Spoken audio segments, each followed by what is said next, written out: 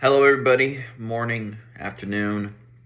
This is the Chicago Bears Sports Talk. Michael here today with another video. We're going to react to a report by Daniel Kelly, and I have been meaning to do this video for a very long time because I want to just react to his take about Caleb Williams.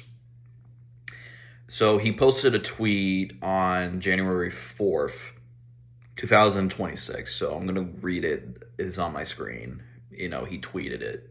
So if anyone who does not know Daniel Kelly is, he's a NFL former Jets pro scout that got fired from the Jets, and I basically believe he's a reporter now, if I'm not mistaken.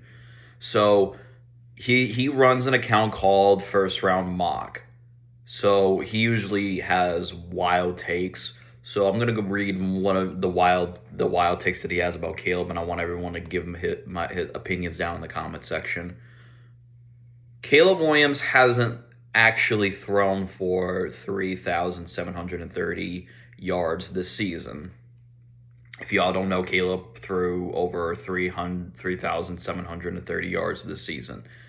Then he says 47.9% of his passing yards is yards after the catch. PFF Bears 1,785 yardage after the catch. Williams actually air yards based off of math 1,945 in 16 games, 121.6 actual yards per game. Context is important. And somebody retweeted this, GM Collectibles. This post from Daniel Kelly, the fake scout, which people have the theory that Daniel Kelly is a fake scout, is maybe the dumbest football take I have ever seen on this app. And also, it shows that this silly account is out of ammo when it comes to signing Caleb. Every quarterback is benefit off of yards after catch. I do not recall all yards after being the catch of being the topic of conversation when discussing quarterbacks from Tom Brady to Jamarcus Russell. Have you ever heard someone try to discredit a quarterback by citing their yards after the catch?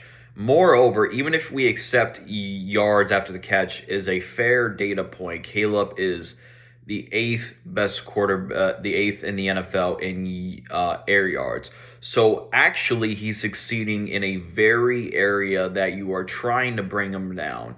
This is rhetoric 101, day one stuff. Plateau and those boys, would be absolutely shocked to see this logic rhetoric as medical as this year 2026. So I've read a lot of Daniel Kelly's tweets on his thing is the First Round Mock. He posts about Caleb every single day, saying a lot of wild takes, saying the Bears are going to move on from Caleb. That he says he can't wait to see what Ben Johnson does with his own quarterback. And he says that Caleb gets carried by his yards after the catch. So, look, I'm not the biggest Caleb fan out there. I'm also not the biggest hater. If I criticize Caleb, I'm going to bring up facts that he needs to work on, like he needs to work on his completion, he needs to work on his decision making, and he needs to not try to play hero ball and comfortable in big situations. I'm not going to say he was carried by yards after the catch because that's how all quarterbacks get carried now. All quarterbacks work. They get yards after the catch. Jared Goff is a prime example. He gets carried. He has immaculate wide after yards after the catch receivers. He's a top 10 quarterback. Dak Prescott throws 4,000 yards a season because he has very great yards after the catch receivers in CeeDee Lamb. Right now they got George P. He threw over 4,000 yards this year because he has great wide receivers after the catch.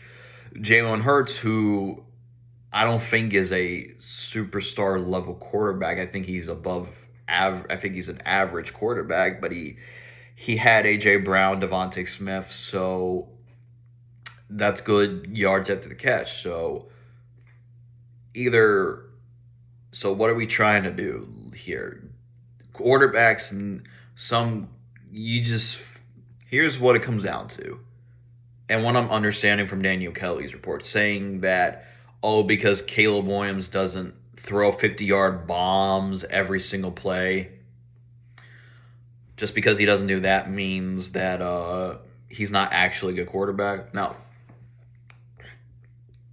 Caleb Williams, two things could be true at the same time. Caleb Williams can be developing as a quarterback because he's still developing. It will be his third year.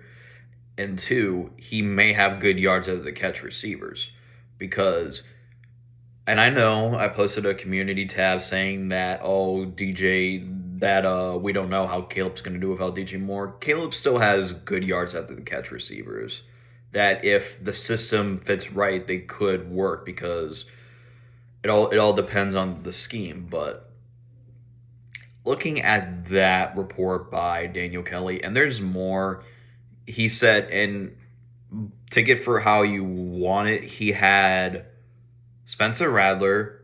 This was the 2025.